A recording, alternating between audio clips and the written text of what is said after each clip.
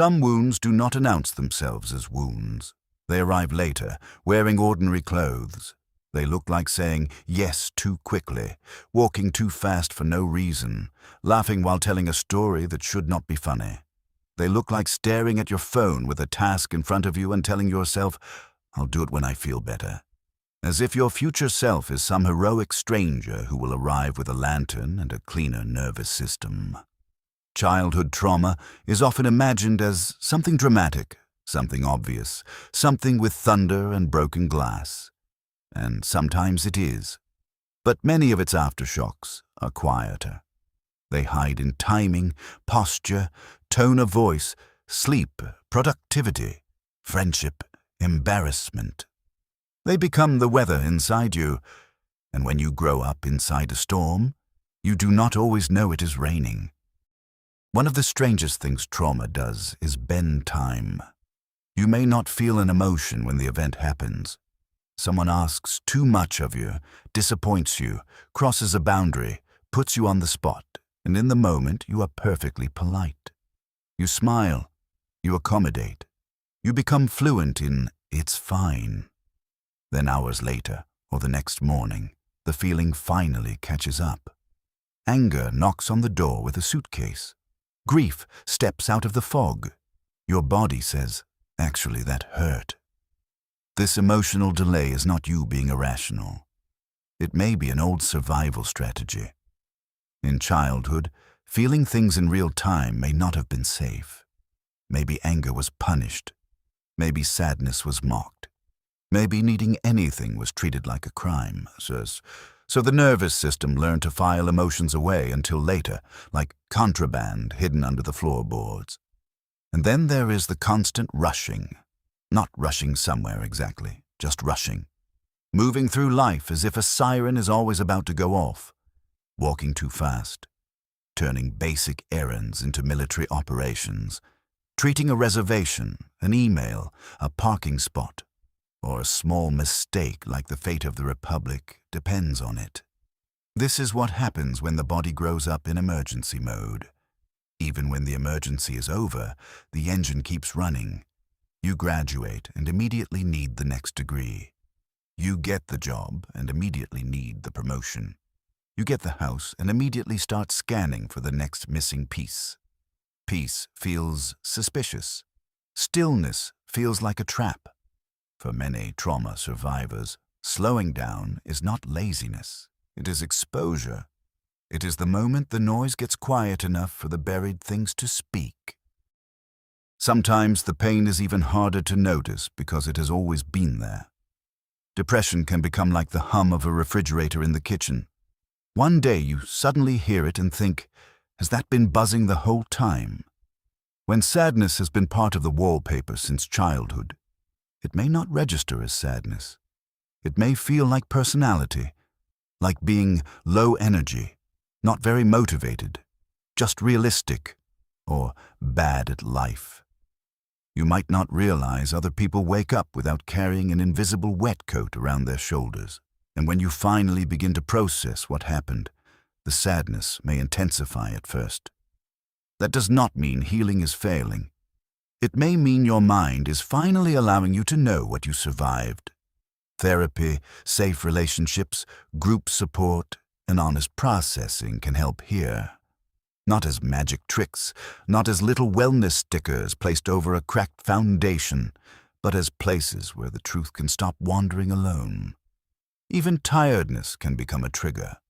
A normal human body says, "I need rest," and the trauma brain translates it as, "I'm failing, I'm collapsing, I'm becoming useless."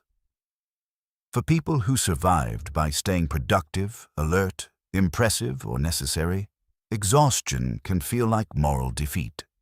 But being tired is not evidence against you. It is biology. It is the body's old, humble language. Sometimes healing begins with learning to hear fatigue without turning it into a courtroom. Then there is the chameleon self. Many people who grew up without safety became gifted at adaptation. They could read the room before entering it. They could become funny, quiet, useful, intellectual, rebellious, agreeable, invisible, whatever the moment required. At first, this looks like social intelligence, and in some ways, it is. But underneath it may be a more painful question. Who am I when nobody needs me to become something? This can create a strange fear of worlds colliding. Certain friends cannot meet other friends. Different versions of you must be kept in separate rooms, like witnesses in a trial. Because if they compare notes, maybe the whole performance falls apart. Maybe somebody sees that the self was built out of camouflage. But adulthood offers a possibility childhood did not. People can dislike each other, and you can still exist. You no longer have to manage every emotional weather system in the room. Your identity does not have to be a diplomatic mission. Of course, being seen can still feel dangerous. Even a simple question can make the body disappear. A friend asks, "How are things going with that person you were dating?" And suddenly, your mind goes blank. A meeting asks you to speak, and your thoughts scatter like birds. Attention lands on you, and your nervous system treats it like a spotlight in an interrogation room. This is not ordinary shyness. This is the body remembering what it costs to be visible. Maybe being watched once meant being criticized, mocked, corrected, or attacked. Maybe no one helped you learn how to be seen safely. So now, when eyes turn toward you, some younger part of you grabs the emergency exit. A similar younger part often appears when we laugh about our pain. Trauma survivors can tell horrifying childhood stories with the tone of someone describing a mildly inconvenient lunch order. Everyone else goes quiet, and the survivor keeps smiling. Humor can be beautiful. It can be a rope bridge over unbearable things. But sometimes it is also a disguise. We laugh because no one taught us how to grieve with dignity. We make the pain entertaining because, somewhere along the way, being taken seriously was not on the menu. Crying can become complicated too. Some people cannot cry at all. They stand at funerals, in therapy, in private moments where grief should appear, and feel nothing but a locked door. Others cannot stop crying once the valve opens. A small disappointment becomes a flood. A kind word becomes unbearable.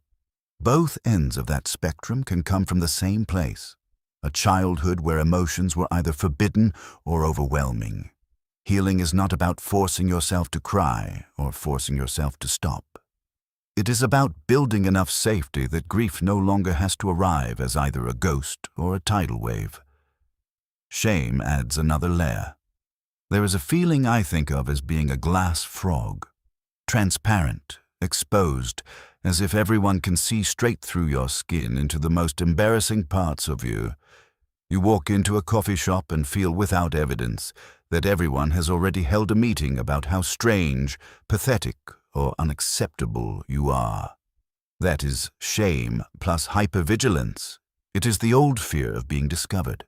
Not discovered as guilty of something specific, but discovered as fundamentally wrong.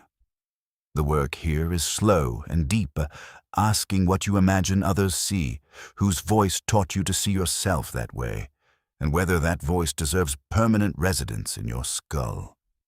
When grief and anger are buried long enough, they begin to leak sideways. A commercial with a loving parent makes you sob. A happy family in public ruins your afternoon. A minor inconvenience, a drawer stuck, a piece of mail, a parking spot, ignites rage that feels larger than the moment. That is because it is larger than the moment. The moment is just the match. The fuel was stored years ago. This is why awareness matters. Journaling, therapy, honest conversations, and body-based practices can help you notice what is happening before the old pain hijacks the present. Not perfectly. Perfectly is for machines and people selling courses. But more often, more gently, more consciously. And then there are the waiting games. I'll change when I feel ready. I'll start when I have energy. I'll go to therapy once things calm down. I'll live my life after I become the version of myself who deserves one. This is magical thinking, but not stupidity. It often comes from neglect. Children need structure, encouragement, and help beginning things. Without that, adulthood can feel like standing in front of a locked door, waiting for motivation to bring the key. But the hard truth is this: energy often comes after action, not before. The inner adult begins gently, imperfectly, sometimes while feeling terrible. You do not wait to become healed before you start caring for yourself. Caring for yourself is part of how healing begins. None of these patterns mean you are broken. They are adaptations. They are the strange architecture a child builds when safety is missing. But what protected you then may be exhausting you now. Healing is not becoming someone else. It is slowly returning to the parts of you that had to leave the room. It is learning to feel things closer to when they happen. To slow down without panic. To rest without shame. To be seen without disappearing. To tell the truth without turning it into a joke. To cry without drowning. To be misunderstood without dissolving. To begin before you feel ready. And maybe, after enough practice, the old storm does not vanish completely, but you stop mistaking it for the whole sky. If this video spoke to you, subscribe to Atlas of Becoming and join us on this quest to have a good life, free of background noise and emotional clutter.